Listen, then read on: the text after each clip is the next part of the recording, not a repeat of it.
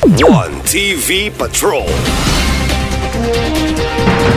Padayon sa mga balita sa One TV Patrol, mga senior citizen sa Ozamis nga wala pa makadawat og incentive dili mawada og paglaom.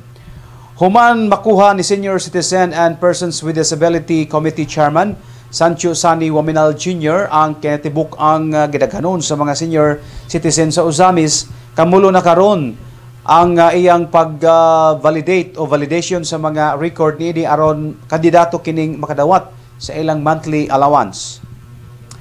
Gipanikamutan ni Honorable Sani Waminal nga makuha ang tanang pangalan sa mga senior citizen sa syudad aron patas kining makadawat sa insentibo matag bulan. Iyang gikorhian ang tradisyonal nga patakaran sa City Social Welfare and Development Office na kung adunay pila ka mga senior citizen ang mutaliwan, maura usab kining mga slot ang mahimong mahulipan.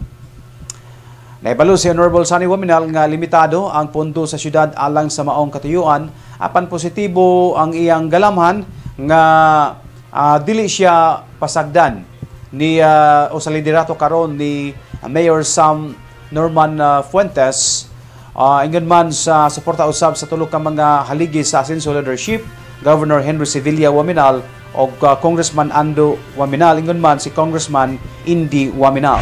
Last Friday, August 29, we attended the meeting with the Federation of Senior Citizens, which was participated by the chapter presidents of the Associations of Senior Citizens of the city.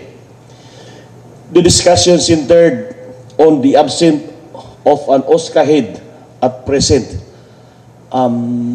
Kamulo pa silang pili, Madam Chair, kung kinsa himuong OSCA head, as well as the ongoing validation of those senior citizens who have not yet received their incentives.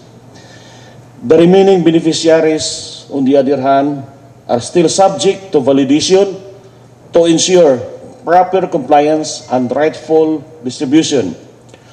Rest assured, our committee, in close coordination with the CSWD, will continue to monitor this process so that all qualified recipients may soon receive what is due to them. Maraming salamat po, Madam Chair. TV Patrol. One TV Patrol. One TV Patrol.